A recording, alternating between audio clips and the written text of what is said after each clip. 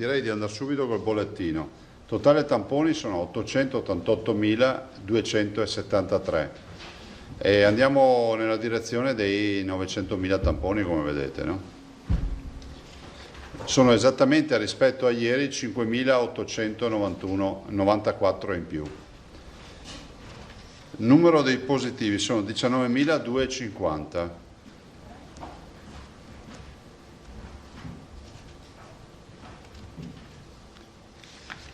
Persone in isolamento 758, meno 75.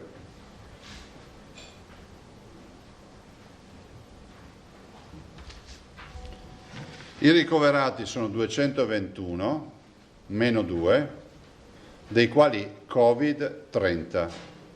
Dei 221, 30 solo sono Covid. Terapia intensiva cala ancora, siamo arrivati a 11, dei quali 1 Covid. Quindi 1 in meno rispetto a ieri, degli 11, 1 Covid e 10 negativi. I morti sono 2004, una persona in più rispetto a ieri.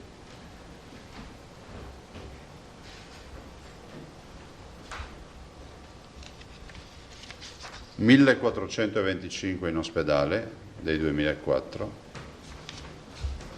I dimessi sono 3.547, 4 dimessi anche ieri. I nati sono 98.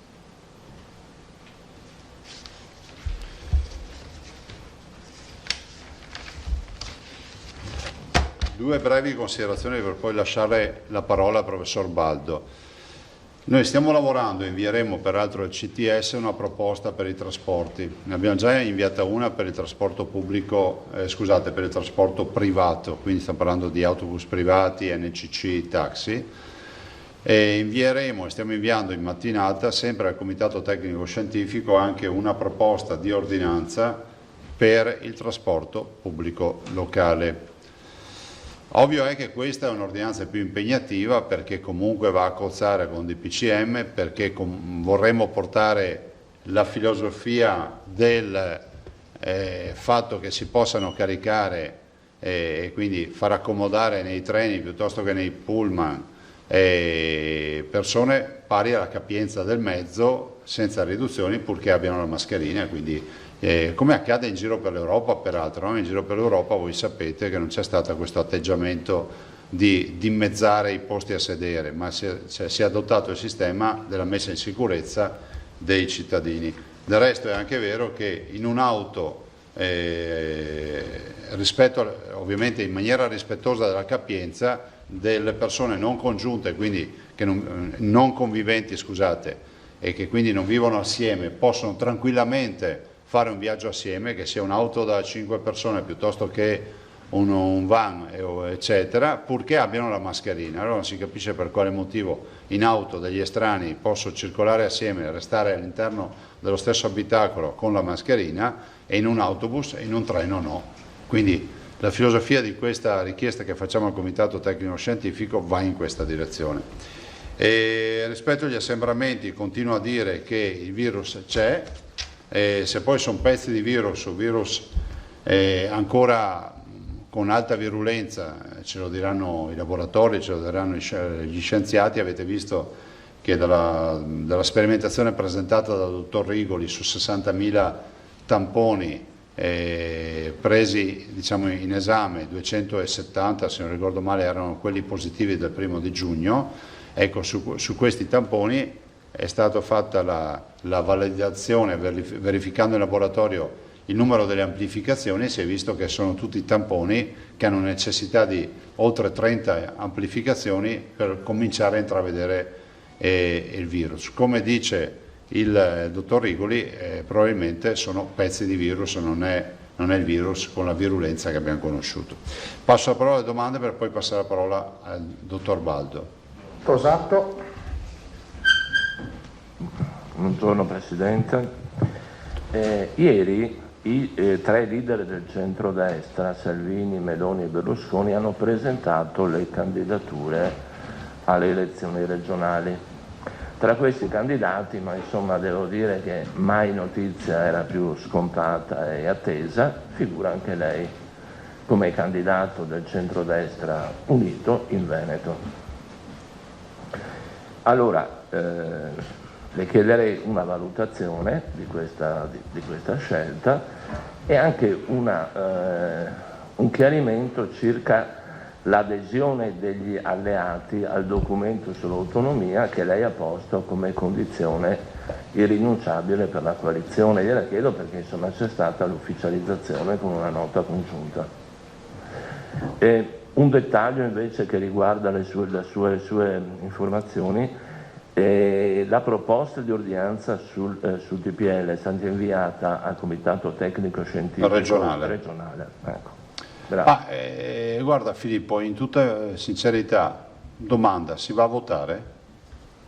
Perché a tutt'oggi non è fissata la data del voto. Come voi sapete che far commenti in assenza di data del voto si rischia di sprecare fiato.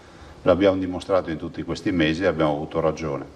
Per quanto riguarda l'autonomia, confermo che l'autonomia è una condizione sine qua non per la prossima amministrazione. Per quanto riguarda il resto, mi riservo di vedere quale sarà la data di questo voto, visto e considerato che a tutt'oggi il governo italiano non ha ancora fissato la data dell'election day o di quello che vuol fare, che è una situazione di totale imbarazzo per i cittadini. Stiamo parlando di 7 regioni che debbono andare al voto, di 1500 comuni, molti dei quali hanno anche il ballottaggio, quindi sono situazioni impegnative. Si legge che dovrebbe essere un election day, quindi referendum amministrative, quindi comunali e regionali. Staremo a vedere se sarà così. Ma ha avuto contatti con i potenziali alleati in Veneto? No, non ho avuto contatti. Cioè in Veneto non ho parlato con nessuno. Ma del resto io non mi sto occupando delle elezioni, questo è poco ma sicuro. Nicolussi Moro e Emiliano. Allora, buongiorno. Buongiorno. Scusami perché io di economia non sono un genio, però purtroppo devo chiederti una cosa economica. Prego.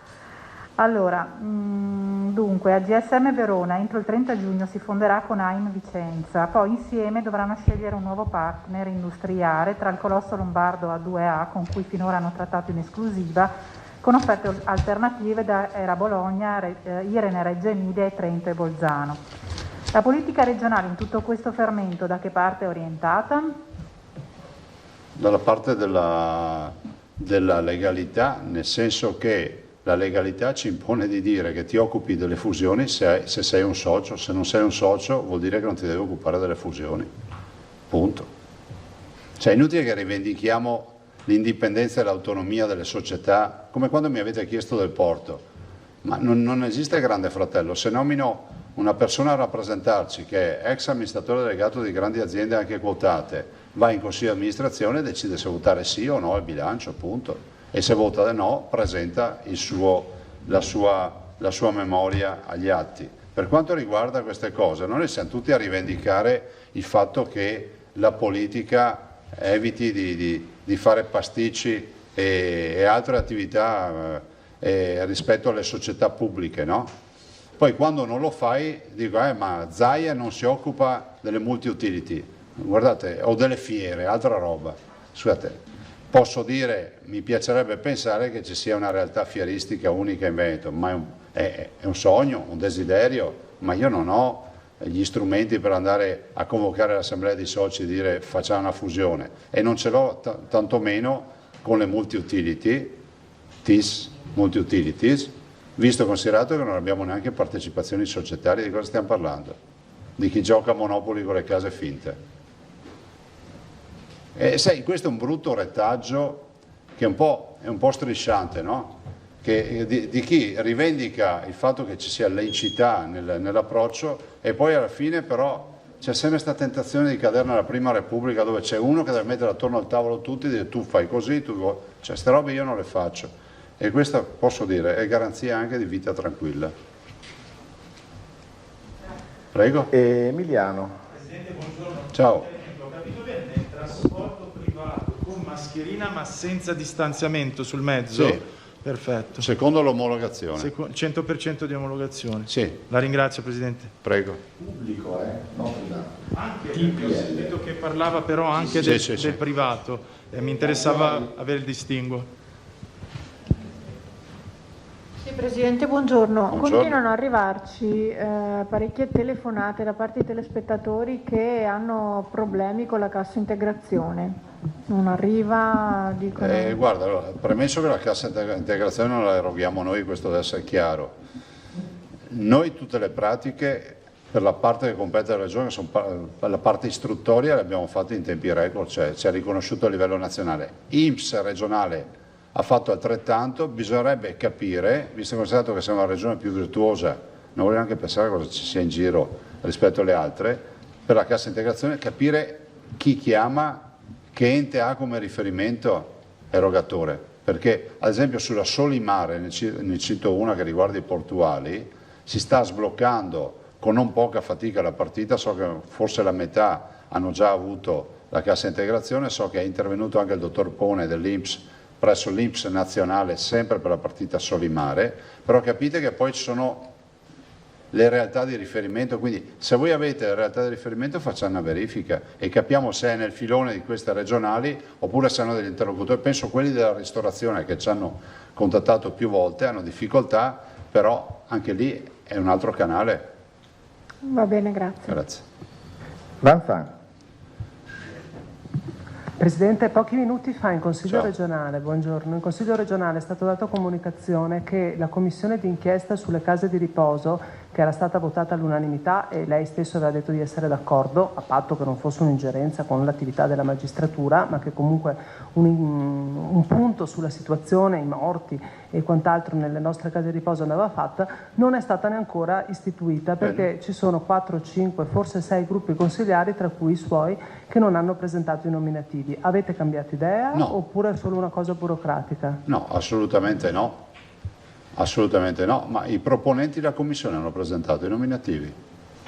I proponenti della Commissione, ogni gruppo deve presentare i nominativi. Sì, ma chi l'ha proposta alla Commissione? Ha presentato i nominativi. A me risulta di sì, tant'è che hanno chiesto al Presidente Ciambetti come mai non è stata ancora No, costituita. non te lo so dire, possiamo chiedere per favore. Grazie. Bene. Cioè tu stai dicendo che i proponenti della Commissione hanno presentato il loro Io sto nominativo. dicendo che il proponente della Commissione, che è Piero Ruzzante, che aveva presentato la PDA, che poi Sì. è stata approvata Lui ha all'unanimità, presentato. ha chiesto in Consiglio regionale, Presidente, domani scadono i termini per costituire come questa Commissione. Non è che poi scadono i termini e basta. Il Presidente Ciambetti ha risposto: non abbiamo ancora i nominativi di alcuni gruppi consigliari. Da una prima verifica fatta sarebbero principalmente i gruppi della maggioranza a non avere ancora presentato i nominativi. Cioè vuol Quindi dire non che è il si PD ha possa- presentato i nominativi. Questo non lo so. Proviamo a sentire da Ciambetti chi ha presentato i nominativi, chi non li ha presentati e quali sono i termini di scadenza, ma non ne so nulla di sta roba. Ok. Grazie.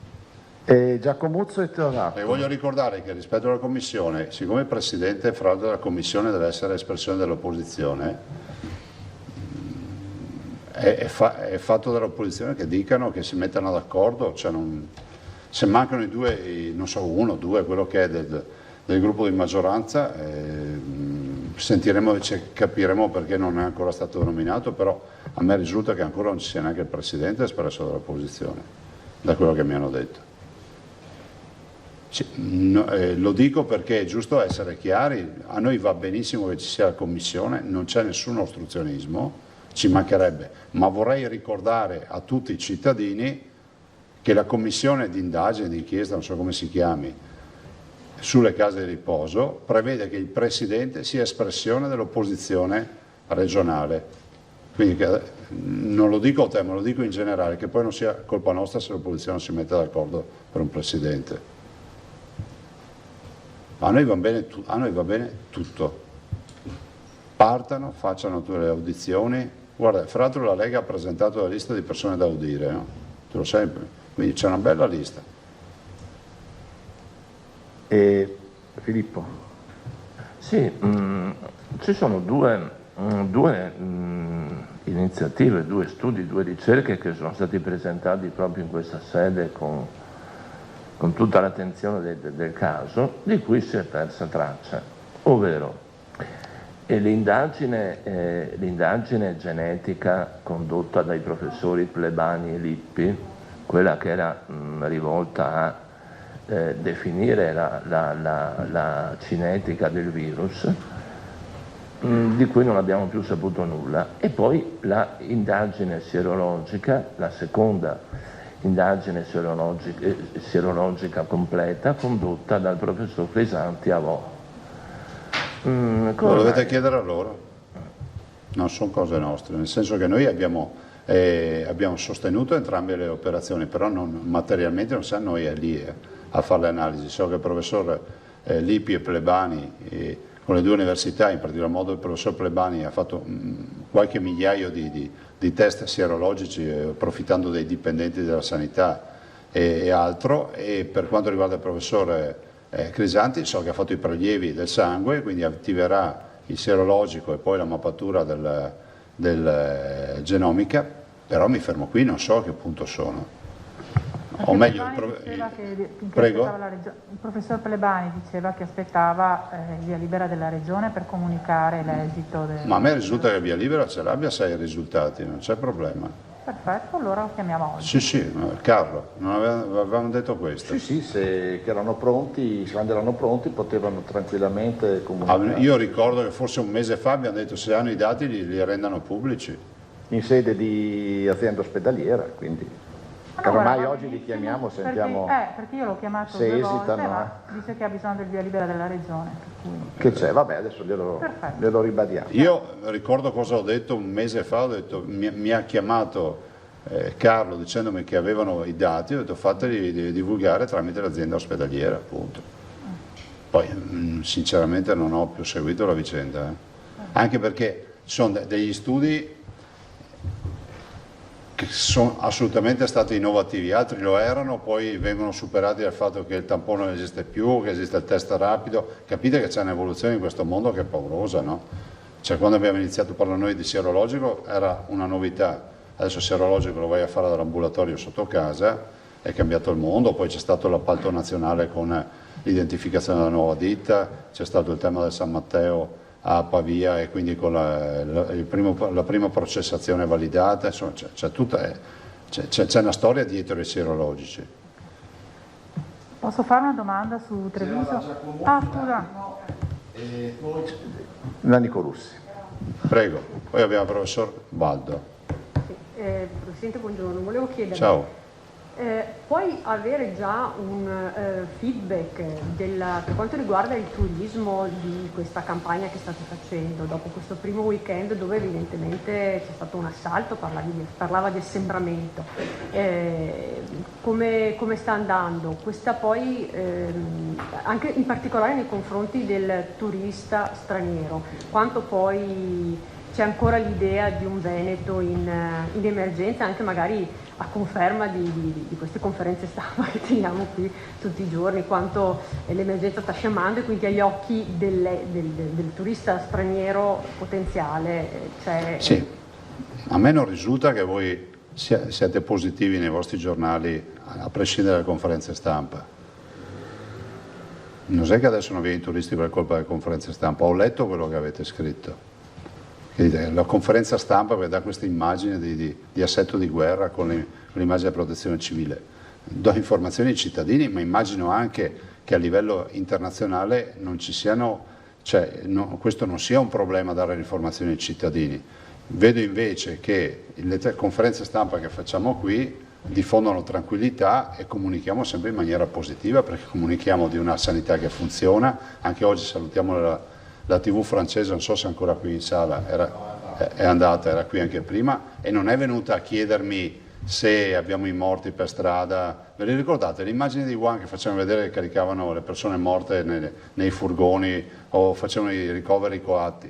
È venuta a chiedermi se siamo pronti a ricevere i turisti a Venezia, se il Veneto è ripartito, ho fatto un'intervista parlando solo di turismo, quindi ci siamo. Abbiamo un grosso problema che la partita di giugno se n'è andata, abbiamo molti, giustamente come scriveva il tuo direttore, abbiamo molti alberghi e strutture chiuse, però so anche per certo che molti si sono dati come benchmark l'apertura di luglio.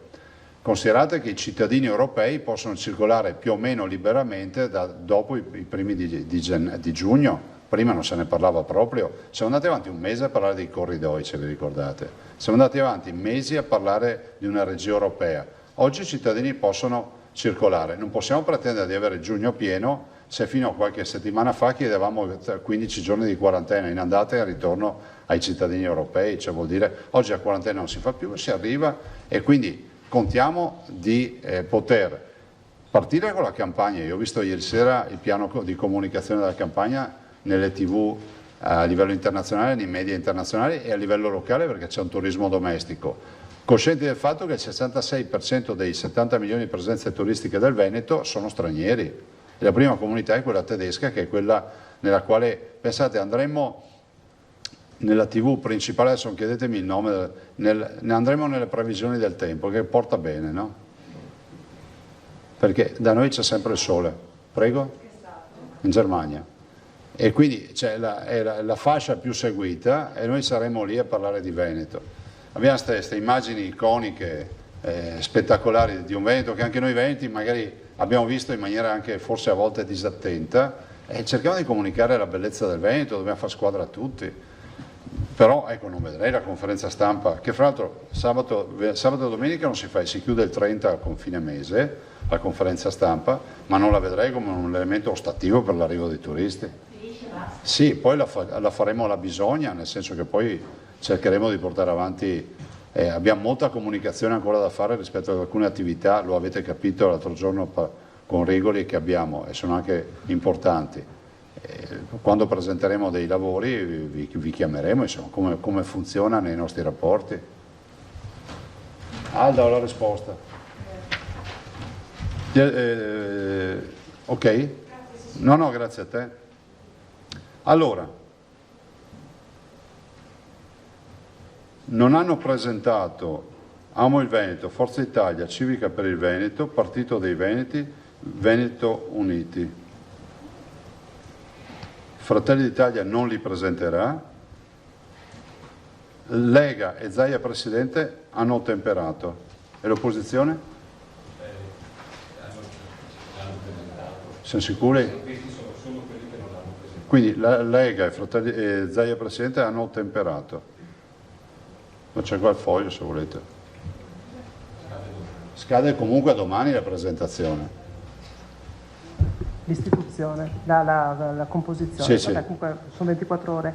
Presidente, tornerei per favore sul discorso della campagna di comunicazione. Ha detto che l'ha vista ieri sera, quindi andrà in onda prossimamente o già in... Sì. No, l'ho vista sulla carta, nel senso il piano di comunicazione. Adesso hanno già contrattualizzato spazi su quotidiani e riviste nazionali, su quotidiani e riviste internazionali, in particolar modo nei paesi di riferimento, la Germania, l'Austria, la Gran Bretagna, gli Stati Uniti, e poi ci sono anche degli spazi televisivi, sia nazionali che europei. Ma vale la pena secondo lei farla già quest'estate, sì, visto che abbiamo perso giugno? O secondo lei ci sono margini di recupero per la stagione Vale la pena perché la caratteristica ormai del turista internazionale è quella di un turista che organizza spesso le vacanze last minute. Se ci pensate, se facessimo un appello qui dentro, cioè pochi hanno comprato come facevano i nostri genitori le vacanze l'anno prima, nel senso che poi valuti le offerte, valuti l'emozione dell'ultimo minuto, e quindi assolutamente sì, perché abbiamo ancora davanti tutto luglio, tutto agosto e noi vorremmo anche destagionalizzare con un po' di settembre. Nel frattempo poi andrà a catena tutta la parte della montagna invernale, dell'autunno, della montagna invernale. Grazie. Allora, Nico Lussi, poi diamo la parola al professor Baldo.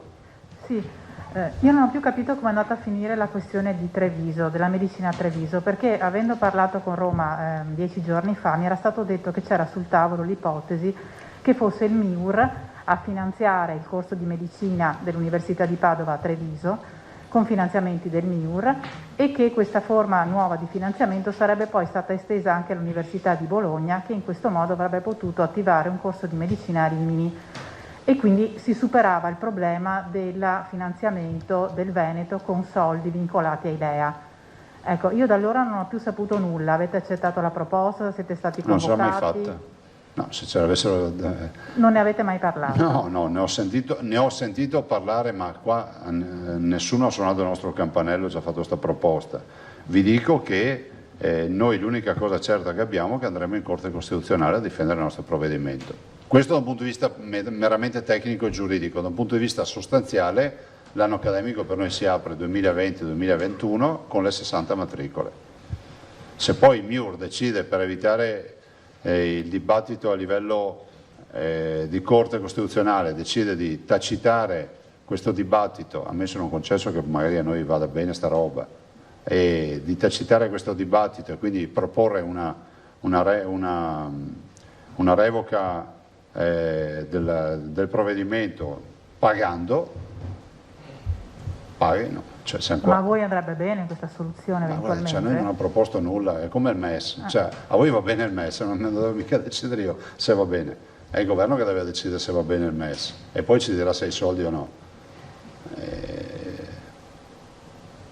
Per cui, noi abbiamo tentato invano di far partire un tavolo, avevamo 10 giorni di tempo e l'hanno convocato il giorno 16, cioè il giorno della scadenza per la presentazione. Vabbè, però insomma, noi andiamo avanti, non è il problema che ci fa passare notti insonni. Allora io invece volevo ringraziare il professor Vincenzo Baldo per la disponibilità. Sta parlando del docente di riferimento, il professor Baldo è ordinario di igiene e medicina preventiva, vuol dire tutto quello che è la prevenzione, che sono le pandemie, le epidemie. E peraltro è nel CTS, e quindi il Comitato Tecnico Scientifico della Regione del Veneto, epidemiologo, si è laureato a Padova, specializzato a Padova e ha al suo attivo oltre 200 pubblicazioni a livello internazionale. E voi capite che per noi è fondamentale il link tra il mondo del laboratorio, no? Avete sentito i ragionamenti del dottor Rigoli l'altro giorno, capite, e magari ce lo dirà dopo il professor Baldo, che sapere che non è un virus intero ma sono pezzi di virus, immaginate nel piano di sanità pubblica come cambia la visione. Il semplice isolamento fiduciario ha un'altra ricaduta piuttosto che i piani di sanità pubblica. Per cui passerei la parola al professor Baldo e grazie ancora per essere qui. Cedo.